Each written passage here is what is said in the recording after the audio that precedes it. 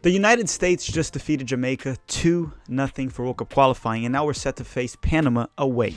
Hi, if you're new here, I'm Filippo. Welcome to Tactical TV.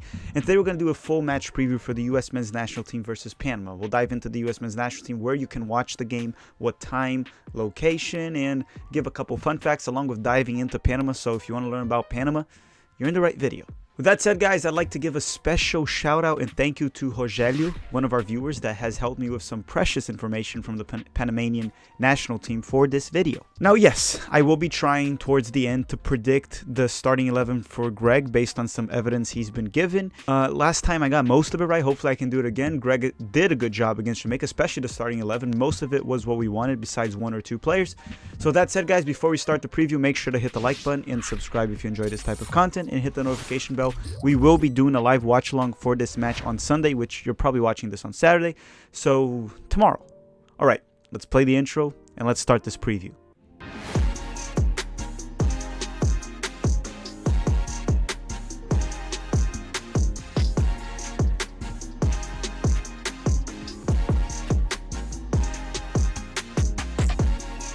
The United States and Panama are set to face each other at the Estadio Romel Fernandez at Panama City this Sunday, October 10th at 6 p.m. Eastern Time. If you're in the United States, the game will be available at Paramount Plus streaming service. Along with that, you may also watch it at Universal. Throughout history, the United States and Panama have faced each other 23 times, with 17 American wins, 4 draws, and only 2 Panamanian wins.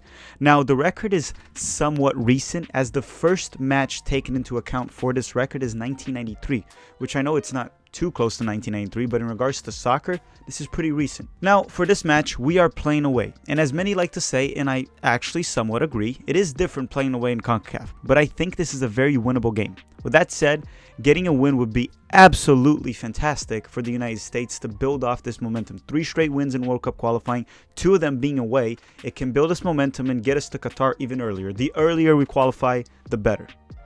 Now, talking about away records, for this matchup in away games, we've had 6 matches with 3 American wins and 3 draws and 0 wins from Panama. So Panama actually never defeated the United States away. So we never lost them. And again, for this game, I think the bare minimum we should expect is a draw, even though I fully expect us to win. I'll talk about this later in the video when I give my prediction towards the end. And don't forget to comment down below your prediction for this match. Obviously, the lineups are not out, but let me know. What do you think the matchup will be? What will be the score? Okay, before we dive into Panama, let me go through a couple updates with the U.S. men's national team's roster that will be traveling to Panama. The quick update is the following. Zach Steffen and Anthony Robinson will not travel due to travel restrictions. You know, the whole England red list situation in certain countries in Central America. Not just that, Anthony Robinson's also dealing with a minor knee injury, so it will be good, and he probably would have gotten some rest anyway, and Zach Steffen is the backup of Matt Turner, so that's not a big deal. However, Weston McKennie won't travel as well, as he does have an apparent quad injury. I don't know his status for the game on Wednesday when we face Costa Rica, but this Sunday against Panama, Weston McKennie will not travel. He's not going to be available. All 3 players are already heading to Columbus, Ohio, for the next match on Wednesday, essentially. Okay? All right, now Panama. Let's talk about the Panamanian national team. And before we get to where they are now, let's dive into their recent history to understand how they got where they are. As Panama did qualify to the 2018 World Cup, they did go through some tough times between 2018 after the World Cup and now. They currently sit with 5 points in 4 matches on the table, sitting in 4th place, and they will most certainly fight for a spot in Qatar. Currently, they're coming from a 1-0 away loss to El Salvador. Now, after the huge accomplishment of making it to Russia in 2018, Panama went through some turbulent times. Veterans such as Blas Perez, and that's a former FC Dallas and Vancouver Whitecaps player, Luis Tejada, both retired. Both of these players also had over 40 international goals for the Panama national team each. Panama also lost their coach from the 2014-2018 cycle, Colombian manager Hernan Dario Gomez, which he had some very special moments, special years with Panama, including making it and doing the unthinkable, which was qualifying to the 2018 World Cup, having even the United States miss it. So they lost their coach, they lost some veteran talents, so they had some turbulent times from 2018 to now. So let's talk about that. From 2018 to now, why did it get so messy? And by messy, I don't mean Lionel Messi, I mean messy in the bad way. During this period, Panama had 5 different coaches in what was around 1.5 years max. 5 coaches in around 16 to 18 months. That's crazy. Which leads to now, which they appear to have found the right guy and appear to be well served. In July of 2020, Tomás Christensen, a former Leeds United manager, took over the Panamanian national team with the goal to qualify them to the Qatari 2022 World Cup during a restructure of the Panamanian Football Federation. In regards to the style of play he's been implementing, Christensen is doing a very possession-based style. They beat Costa Rica in possession, World Cup qualifying. They beat Jamaica in possession. They lost to Mexico in possession, which was expected. And against El Salvador away, the last match they had, they also controlled most of the ball possession throughout the game, having around 55%. But the aim was a problem for that match. They had 0 shots on target. I guess they lacked verticality and also finishing ability as well, but they did control most of the possession. And they looked very dangerous against El Salvador away in the second half. They just have to really get better in the finishing aspect of the game. Now, it also makes sense that the possession style of play is trying to be implemented by Eriksen, as he did play for Barcelona B in Barcelona when he started off his player career. So it is somewhat of a Barcelona culture. There's definitely more cultures in different places, but in regards to that, that's one of the reasons he probably plays like that. During the September camp, the defense for Panama looked solid. They only conceded 1 goal in 3 matches, and that was against Mexico.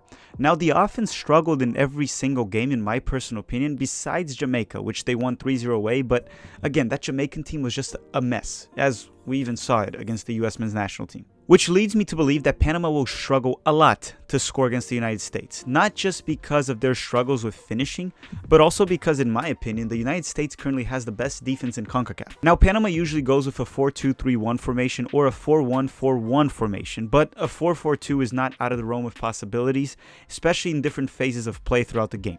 Using the flanks on offense quite often is something we will notice from the Panamanian national team. Quintero and Barcenas out wide can be, and likely will be, very dangerous. The current generation has players from the following leagues. They have players from MLS, La Liga 2, some South American leagues, and even in the Belgium league, as they do have Murillo, the right back for Anderlecht and former New York Red Bulls.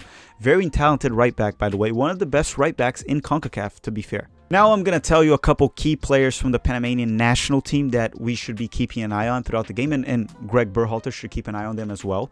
So let's talk about that, and then I'm going to tell you some key players that they will be missing for this match. So Murillo, as I mentioned, their right back that also plays for Anderlecht at the Belgium League, possibly their best player, is most certainly one of them to watch out throughout this match. Aníbal Godoy from Nashville brings that veteran presence in the midfield. Joel Barcenas can be very dangerous down the flank, and he plays for Leganés at La Liga 2. Another player that will be very dangerous out wide is Quintero, that plays for Universitario at the Peruvian League. Now up top, I want to point out Rolando Blackburn. He will likely be their goal-scoring threat. He does have 4 goals in 10 matches in World Cup qualifying for Panama, and he plays for the strongest in Bolivia. And yes, the name of his team in Bolivia is the strongest. It's not because they're the strongest team. That's literally their name. The last window, Blackburn did have 2 goals for Panama, so please keep an eye on him. Now, let's dive into players that Panama is actually going to be missing for this match. There's actually 2 players that are worth mentioning. So, Panama will be missing Adalberto Carrasquilla from the Houston Dynamo and Andres Andrade from Arminia Bielefeld that plays in Bundesliga. Both players are not available. Regardless, this won't be an easy game for the United States, especially because it's away. But we should come in to win and try to get a win rather than playing for a draw. We need to make sure we control possession throughout this match and not allow Panama to create off the flanks. Now look, Panama hasn't been really efficient on converting opportunities, especially missing the target very often. Even if they hit the target, Matt Turner is very reliable. So if we do control possession and don't allow Panama to create a lot, the odds of them not converting the little chances they get are very high. So holding a clean sheet would be very possible. With that said, guys, comment down below your score prediction. What do you expect from this and your starting 11 for the US men's national team? Okay, that is the preview part for Panama. Now let's talk about how I think Greg Berhalter will line up the US men's national team for this match against Panama. Let's try the unthinkable, the unimaginable, probably the toughest thing to do. Let's try to predict Greg Berhalter's starting 11 for this match on Sunday. And comment yours down below. And while you're at it, don't forget to hit the notification bell for our live watch along. And you know the deal. And hit the like button. Blah blah blah. Let's just go through the starting 11. So keep in mind, this is being recorded on Friday. If there's any other updates, I will most certainly comment it down below and pin the comment. I feel like Greg Berhalter might go for 4-3-3 once again. It's worked a few times. It worked well against Honduras in the second half. It worked last game as well on the 2-0 win against Jamaica. So we're going to start with Matt Turner on goal, and that's a no-brainer. That is what's going to happen, and Sean Johnson will be the backup.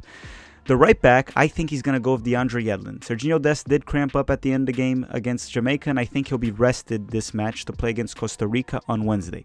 The left back to me will be George Bello, the backup of Robinson that won't be traveling with the team. Now let's talk about the two center backs. So the two center back situation right here, I don't think he's going to go with Zimmerman and Robinson again. I think Robinson will start. The other center back, I think it'll be Mark McKenzie. Now, yes, personally, I would love to see Robinson and Richards because that could be our center back duo of the future. But I don't think that's going to happen right now. I think Mark McKenzie will partner up with Miles Robinson, and I'm comfortable with that lineup as well. Okay, now to the midfield, and for our holding midfielder, our 6, I believe we're going to go with Tyler Adams. He was subbed off to rest in that match for a reason. The reason was Greg Berhalter does want to play Tyler. And yes, Tyler pretty much played close to the full 90 minutes, but he was subbed off early for a reason. Now, the dual 8s is where I have many questions, right? I don't think he's going to start Yunus Musa again. I think Musa might start again against Costa Rica. And Wesley McKennie's out. So me personally, I think he's going to go with Kellan Acosta and Sebastian Lletget. What is the reason for that? One, Greg has said in the past that he sees Acosta, and Acosta is actually an 8. Now, the other reason is for Lletget, and he's just one of his favorites. He didn't play the first game. He's rested, and Greg fully trusts Sebastian Lletget. So I think the duel there will be probably Lletget and Acosta. Now, is there a chance that De La Torre might start? Obviously, this is really just me speculating and guessing. I just don't think Luca De La Torre will start. Neither will Christian Roldan. I think the two options he's going to go with are going to be, obviously, Kellan Acosta and Lletget. There's also the whole argument for Busio. I also don't think Busio will start for this game, especially an away game in CONCACAF. I think if Busio is going to play, it's going to be against Costa Rica. A less physical opponent, which honestly would benefit Gianluca Busio a lot more as well. Okay, now we'll reach the forwards. And for the forwards, I think we're going to go with Timothy Weah on the right wing. Paul Riola is very injury prone, and he played a full 90 minutes on Thursday, so I don't think he's going to start on Sunday. He might not even see any minutes, and Timothy Weah came in very well, one of the best players we had in the field in limited minutes. The left wing will probably be Brendan Harrison, that played well as well against Jamaica, and he was subbed off early, probably to get some rest. The center forward is also a no-brainer. Ricardo Pepi, again, has been involved in the last 6 goals for the U.S. men's national team. Every game he played, he was involved in goals, scored 3 goals in 2 matches. He will start. He was also subbed off early for Jussi Zardes last match, so he could rest and start for this match and play 90 minutes if needed. Yeah, Ricardo Pepi will probably start. So just to recap, Matt Turner on goal, DeAndre Yedlin on the right, George Bello on the left, maybe Serginho Dest, and then Mark McKenzie and Miles Robinson as the 2 center backs, Tyler Adams, Kellan Acosta, and Sebastian Lletget in the midfield, and up top, Timothy Weah, Brendan Harrison, and the center forward will be Ricardo Pepi. But again, that's just my prediction. Let me know yours down below. It'll be interesting to see if anyone can get this right.